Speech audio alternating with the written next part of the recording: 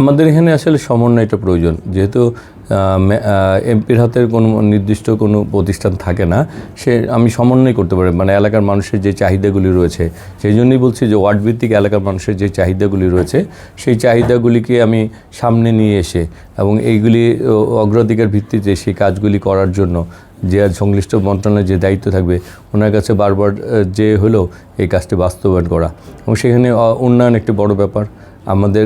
এবং আমি ইতিমধ্যে প্রশাসনে যারা রয়েছে তাদেরকে বলছি যে প্রশাসন যদি হেল্প করে তাহলে আমরা সমাজকে একটা নিরাপদ রাখতে পারবো, সন্ত্রাস মুক্ত, চাঁদাবাজ মুক্ত, মাদক মুক্ত, সে ব্যাপারেও তাদের সহযোগিতা সম্পূর্ণ প্রয়োজন।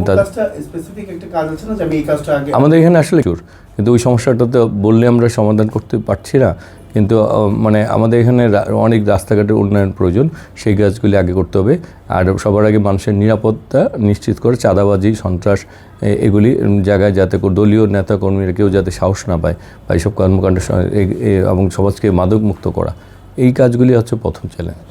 আর উন্নয়নের অবকাঠামোর এগুলি আমরা ধারাবাহিকতা রাখতে। সবাই কি সহযোগিতার হাত বাড়িয়ে দিবে কিনা, মানে কতটা প্রত্যাশা করছেন? এখন যে কোনো ভালো কাজের মধ্যে মানুষের বাধা বেশি থাকে, তবে যদি ঐকান্তিক ইচ্ছা থাকে তা বাধা, আমি যদি আমার জায়গায় সৎ থাকি তাহলে তো আসলে ঐকান্তিক আর প্রশাসনের সহযোগিতা পাই, তাহলে ইনশাল্লাহ অনেক কিছুই করা সম্ভব।